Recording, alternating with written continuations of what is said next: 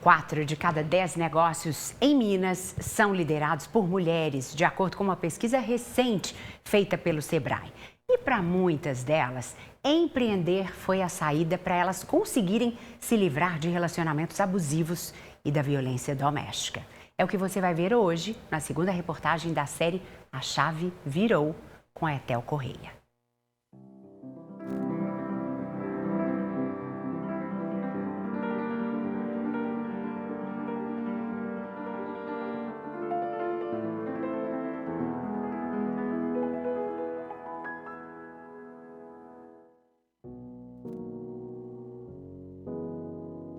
Romper o ciclo de 10 anos de sofrimento e violência não foi fácil, mas o medo de se transformar em estatística foi maior que o de ver a geladeira vazia. Quando as agressões se tornaram mais frequentes, veio a ideia usar as mãos para adoçar a vida de outras pessoas por meio dos doces e confeitos e se afastar da própria amargura.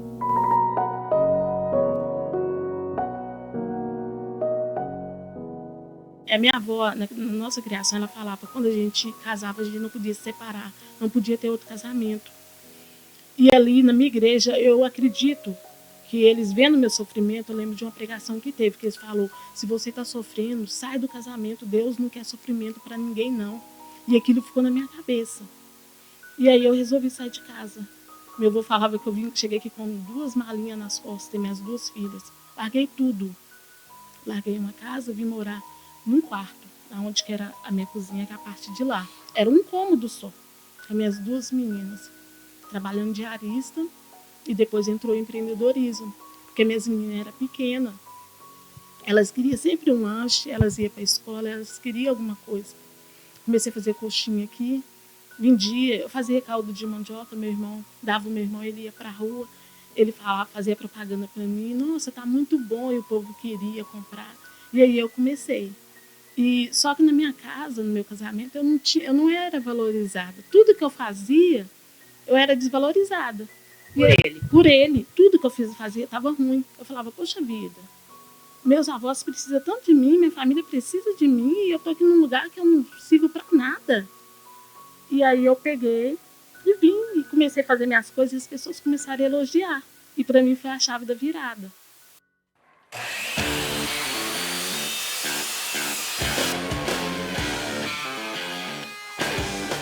Em 2011, a Rosane abriu uma marcenaria, investiu R$3.000 na compra de equipamentos e trocou o emprego de carteira assinada pelo empreendedorismo, o que aumentou a renda e possibilitou a criação dos filhos. Hoje ela trabalha com a produção de peças autorais e a restauração de móveis.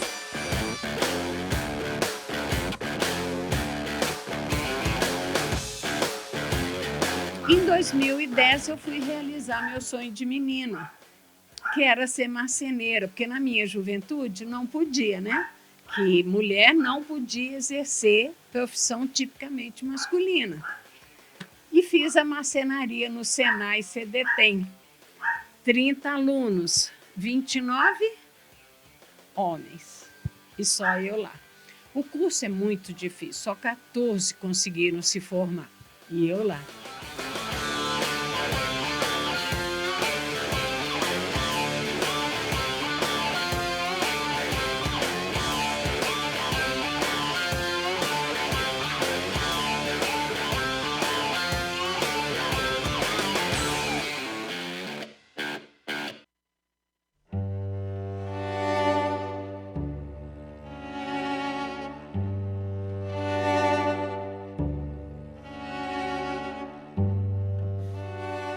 De caixa de supermercado a proprietária de um estúdio de unhas, onde o conforto da cliente inclui até apoio para as mãos e suporte para o celular.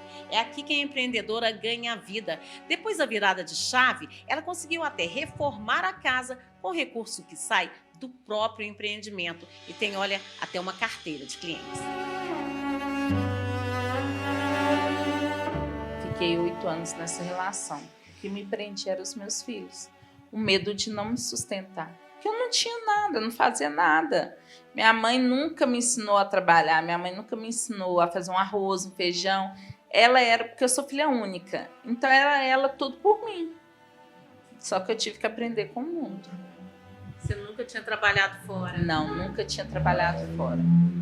Quando foi que você tomou a atitude de falar assim, agora eu preciso buscar uma forma de me sustentar, buscar um meio de ganhar dinheiro? Quando ele parou de dar até a fralda do meu filho. Quando ele parou realmente de sustentar os meus filhos. Aí eu tive que procurar emprego, que foi primeiro como telemarketing, depois supermercado, até eu descobrir que eu sabia fazer unha. Que foi uma coisa que eu sou apaixonada.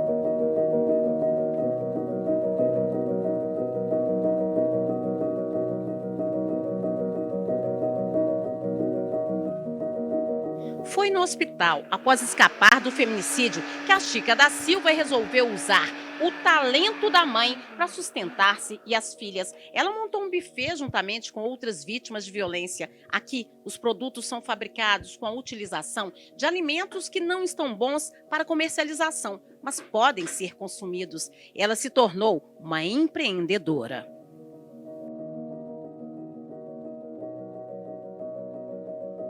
Eu comecei a receber caixa de pepino, caixa de pimentão, caixa de tomate, caixa de manga. Aí eu comecei a fazer pimentão, eu fazia a richella, a manga eu fazia chutney de manga, o tomate seco, o tomate eu fazia tomate seco, a abobrinha eu fazia abobrinha escabeche. E comecei a fazer aquela coisa, porque eu não tinha dinheiro para comprar, mas aí eu tinha como aproveitar aquela. Eu comprava pouquíssimas coisas, como por exemplo o azeite, né? E eu fazia as conservas, e aí eu entrei aí eu procurei a Coordenadoria de Direito da Mulher de Belo Horizonte. E aí eles me colocaram num programa, né, que é o PEC de Belo Horizonte, e eu fui para uma feira de Belo Horizonte comercializar aquilo que eu produzia. E foi assim que eu comecei a dar essa virada, recebia Bolsa Família e tudo mais. Aí depois convidamos as 5 mulheres que passou comigo no abrigo, e aí nós montamos um empreendimento chamado Trembão. Aí Trembão não vendia, nós colocamos buffet Amigo de Chica. Então, em 2008, nós registramos como buffet para ter nota fiscal.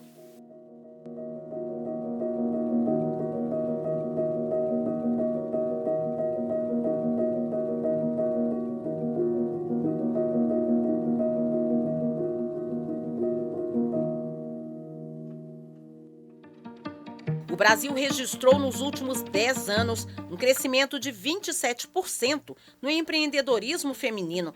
Uma pesquisa do Sebrae revelou que em dezembro do ano passado, o rendimento médio das mulheres donas do próprio negócio chegou a R$ 2.929,94, o maior valor já registrado na pesquisa. A gente tem dados desse ano de uma recente pesquisa do Sebrae que 40% dos negócios em Minas Gerais são negócios liderados por mulheres. Então a gente vê isso realmente em um crescente, está próximo ali dos homens, e a gente vê as mulheres realmente ocupando diversos espaços. Seja em negócios voltados para alimentação, para moda, para beleza, mas também em outras áreas que até então eram áreas mais específicas para homens empreenderem. Então, dentro de tecnologia, na área da inovação, as mulheres realmente estão ocupando outros espaços e empreendendo no mercado.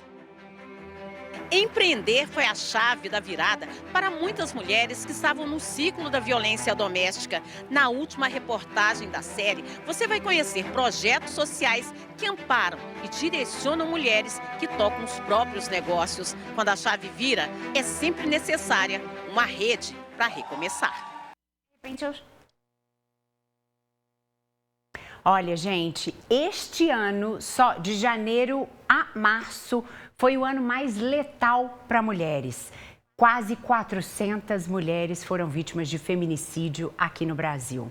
O que significa que uma mulher morre a cada 5 horas e 25 minutos. E a gente viu as histórias dessas mulheres que conseguiram, graças a Deus, mudar de vida, né? O empreendedorismo muitas vezes é a única opção que elas têm, mas a gente sabe que nem todas conseguem. Então, quando a gente vê exemplos de mulheres que conseguiram superar o ciclo de violência doméstica, conseguiram encontrar apoio, conseguiram empreender e estão dando certo, estão conseguindo ter autonomia financeira, isso é maravilhoso, porque como a gente viu, né, uma dessas mulheres dizer na reportagem, ela tinha medo de sair porque não trabalhava. E a gente sabe que muitas vezes a falta de renda e a dependência financeira dos companheiros faz com que muitas mulheres acabem tendo que ficar dentro da casa, enfrentando essa realidade de violência que não é só física, é violência psicológica, às vezes violência financeira, quando as mulheres têm alguma condição, recebem alguma coisa, fazem uma faxina, um bico, uma diária, o homem quer controlar esse dinheiro. Então, esses exemplos são muito estimulantes e, sim, como a gente sempre diz, precisam denunciar. Porque, infelizmente, apesar da Lei Maria da Penha ser uma das mais completas do mundo, muitas mulheres, mesmo com a denúncia, acabam sendo vítimas de crimes bárbaros. Mas sem a denúncia, esses assassinos, esses feminicidas, acabam ficando impunes. E isso não pode acontecer. A gente vai agora para um rápido